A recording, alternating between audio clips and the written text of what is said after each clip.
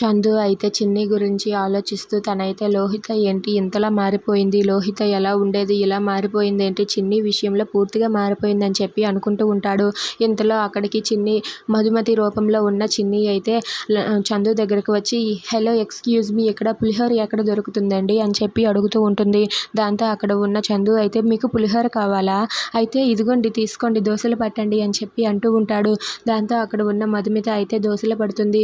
ఇక అది తను చిన్నియే అని తెలియక అక్కడ ఉన్న చందు అయితే ఆ అమ్మాయికి అయితే పులిహోర వేస్తూ ఉంటాడు. ఇక తన బాక్స్లో ఉన్న పులిహోర మధుమిత చేతిలో వేస్తాడు. దాంతో మధుమిత అయితే చాలా సంతోషిస్తుంది.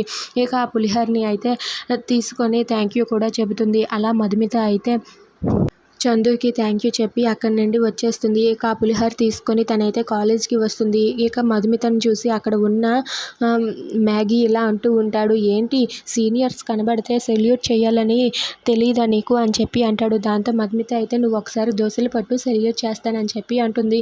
దాంతో మహి చేతిలో వెంటనే తన చేతిలో ఉన్న పులిహోరని అయితే వేసేస్తుంది. వేసేయటంతో అక్కడ ఉన్న మధుమిత అయితే సెల్యూట్ సార్ అని చెప్పి అంటుంది. ఇక అది చూసి అక్కడ ఉన్న మహి ఒక్కసారిగా షాక్ అవుతాడు. ఏంటి నా చేతిలో ఈ పులిహోర వేసావేంటి అని చెప్పి అంటూ ఉంటాడు.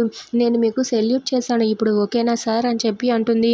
ఓకే కాదు, ఇదిగో ఈ దోశల్లో ఉన్న పులిహోర తీసుకో, అలా అయితేనే ఓకే అని చెప్పి అంటాడు. దాంతో అక్కడ ఉన్న మధుమిత అయితే దాన్ని మీరే మెక్కేయండి, నాకేం అవసరం లేదు, టేస్ట్ చాలా బాగుంది అంటూ అక్కడి నుండి వెళ్ళిపోతుంది. ఇక అది వినగానే అక్కడ ఉన్న మహి అయితే చాలా సీరియస్గా చూస్తూ ఉంటాడు. ఇక అక్కడ ఉన్న మధుమిత అయితే టేస్ట్ బాగుంటుంది సార్ తినేయండి అని చెప్పి దానిని తీసుకోకుండా అక్కడి నుండి వెళ్ళిపోతుంది. అది చూసి మహి చాలా సీరియస్గా చూస్తూ ఉంటాడు. ఇక ఏం చేయలేక తనైతే ఆ పులిహోరని ఏం చేయాలో తెలియక తనైతే కంగారు పడుతూ ఉంటాడు. Please subscribe our channel.